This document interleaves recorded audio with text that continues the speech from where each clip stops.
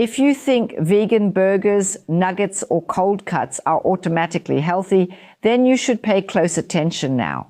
Many of these products seem like a good choice at first glance, but what's really inside surprises most people. Today, I'll show you what you should look out for, which traps are hidden in vegan substitute products, and how you can easily switch to a plant-based diet that truly does you good. Of course, I don't want to hide the advantages from you. Vegan substitute products contain no cholesterol, and they often have less saturated fat than meat. For many people who love the taste and texture of meat but want to avoid animal products, they are a practical bridge. Absolutely. And in many cases, they're also better for the environment. In the so-called swab meat study, a controlled investigation even showed that people who regularly ate substitute products instead of meat had lower levels of certain risk markers in their blood. For example, trimethylamine N oxide, which is closely linked to cardiovascular diseases. Low-density lipoprotein cholesterol, which is known as the bad cholesterol, also decreased somewhat, and fiber intake increased. In short, compared to meat, substitute products can even bring health benefits in the short term. But now comes the other side, and unfortunately, that can't be overlooked either. The crucial point is the processing. Most substitute products are highly processed, full of additives, emulsifiers, and binders that don't have much to do with natural nutrition anymore. The salt content is also often very problematic. Many of these products contain more salt than comparable meat. Why do they do that? Just to add more flavor to the product. That's the reason. To me, that's clearly a risk factor for high blood pressure and heart disease. The fats used are sometimes problematic as well, because usually cheap sunflower oil is used. It's very high in omega-6 fatty acids, and we already have way too much of that in our diet. And that throws off the balance with omega-3. As a result, inflammatory processes in our body are promoted.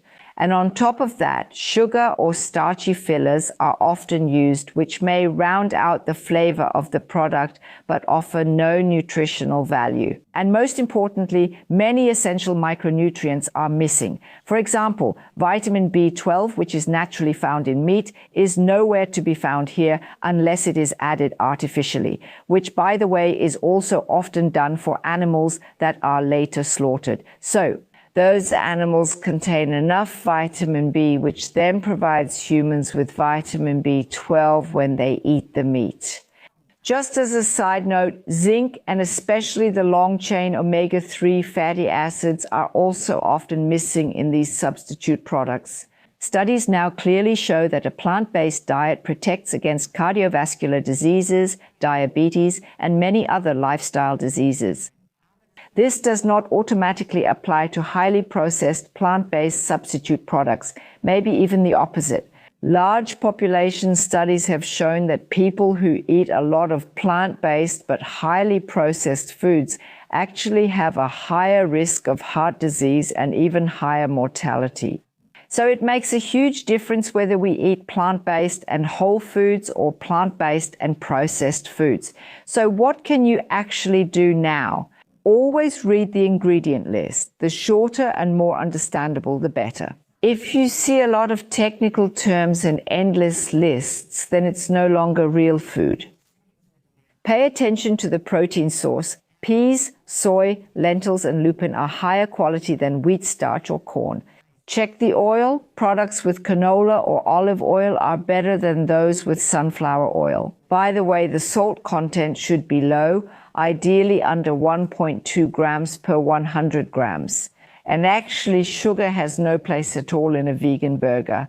And remember, the nutritional information is usually based on 100 grams, but realistically, you often eat 150 or 200 grams, so make sure to adjust the numbers accordingly.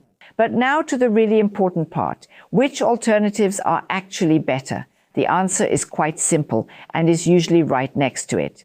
Legumes like lentils, peas, beans, chickpeas, and soybeans are real powerhouses. Tempeh and tofu provide high-quality plant-based protein and important micronutrients. Nuts and seeds supply you with healthy fats. With a few simple recipes, you'll quickly have something really delicious on the table. A lentil bolognese, chickpea patties, tempeh marinated and fried, or a tofu scramble. It just tastes really good. It's real food with all the benefits nature has to offer. High in fiber, nutrient-dense, and anti-inflammatory, and that's why vegan substitute products are fine every now and then. Especially if they help you to give up meat more and more. They're definitely better than meat from factory farming. But you won't really get healthy if you only eat that, and you definitely don't do that. The foundation for a long-term healthy diet is made up of unprocessed, real plant-based foods. If you want to eat a plant-based diet, and I highly recommend it, then base your diet on lentils, beans, chickpeas, nuts, vegetables, salads, fruits, and whole grain products. This is the food that truly protects you, gives you energy, and can even lower your risk of serious lifestyle diseases. If you know someone who eats a plant-based diet, please send them this video. And what about you? Which legume do you eat? I'd like to know.